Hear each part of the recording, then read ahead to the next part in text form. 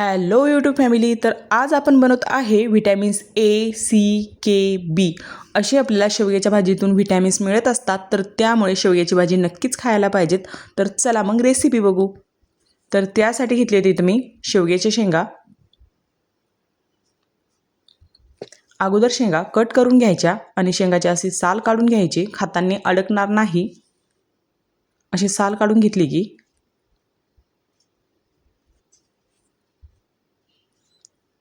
आणि अगदी घरगुती मसाल्यापासून आपण ही भाजी इथं तयार केलेली आहे.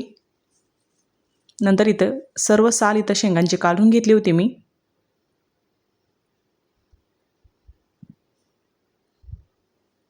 नंतर स्वच्छ पाण्याने धुवून घ्यायची शेंगा.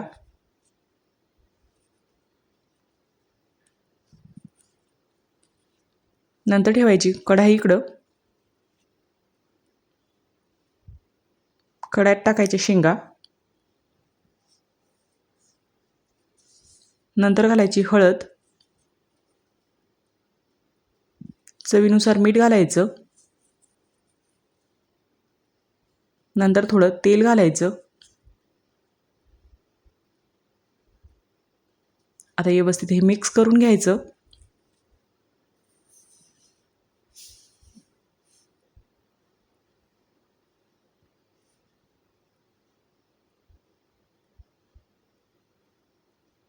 आणि असे हे मिक्स झाल्यानंतर पाणी घालायचं शेंगा बॉईल करण्यासाठी. अर्धा ग्लास इथं मी पाणी घातलं होतं.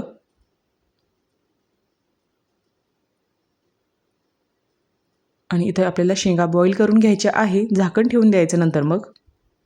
नंतर इथं मसाला बघूया. हरभऱ्याची डाळ, खोबरं, कांदा, लसूण, अद्रक. इकडं अंबारी मसाला, मटन मसाला, गरम मसाला आणि धनी पावडर.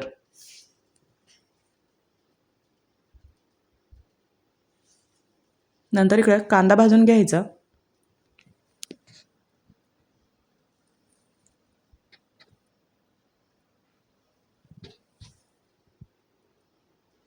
कांदा भाजला की खोबरं भाजून घ्यायचं.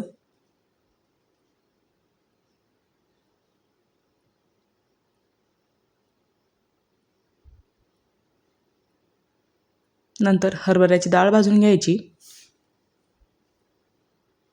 हरभऱ्याची डाळ इथं हलकी भाजायची थोडं तेल घालून.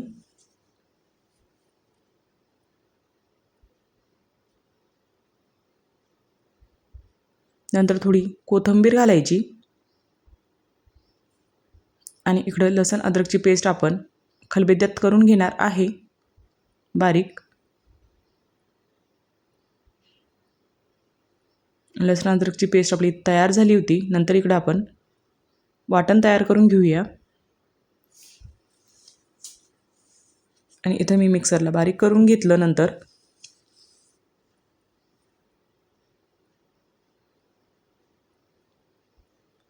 जे आपण मसाले काढून ठेवले होते त्यामध्ये थोडं पाणी घालून त्याची ग्रेव्ही तयार करून घेऊया.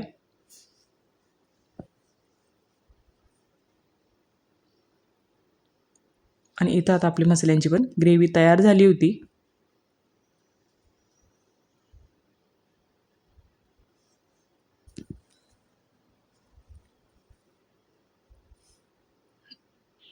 आणि इकडं शेंगा पण आपल्या बॉईल झाल्या होत्या.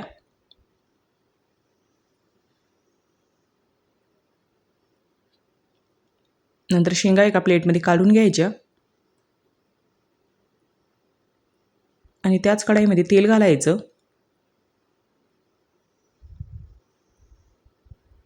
तेल गरम झाले की लसूण अद्रक पेस्ट ते व्यवस्थित फ्राय करून घ्यायची.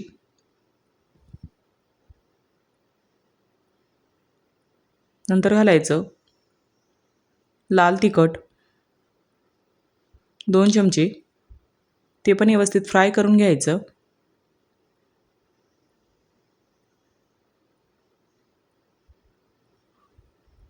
आणि नंतर घालायचं वाटण जे आपण मिक्सरला तयार केलं होतं.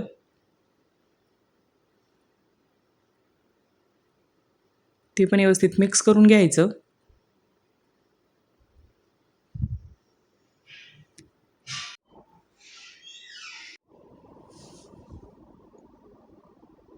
आणि मसाला व्यवस्थित फ्राय झाला की थोडं पाणी घालायचं.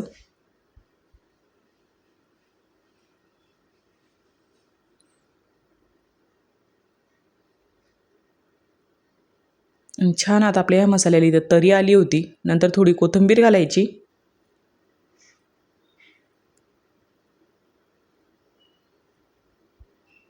आणि नंतर घालायच्या शेवग्याच्या शेंगा.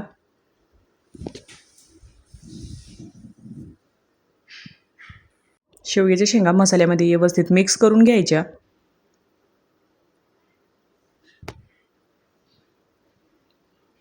आणि नंतर तुम्हाला जेवढी ग्रेव्ही बनवायची असेल तेवढं पाणी घालायचं.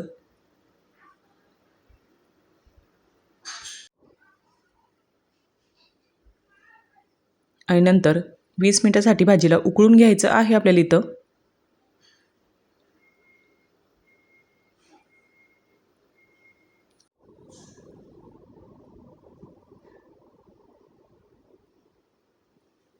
नंतर घालायची थोडी कोथिंबीर घालायची भाजी उकळत आली की.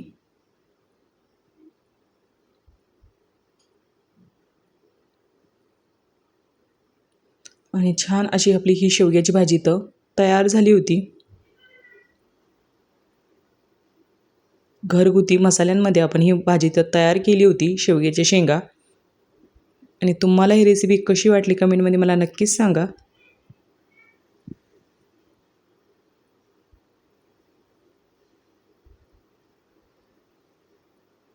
थँक्यू.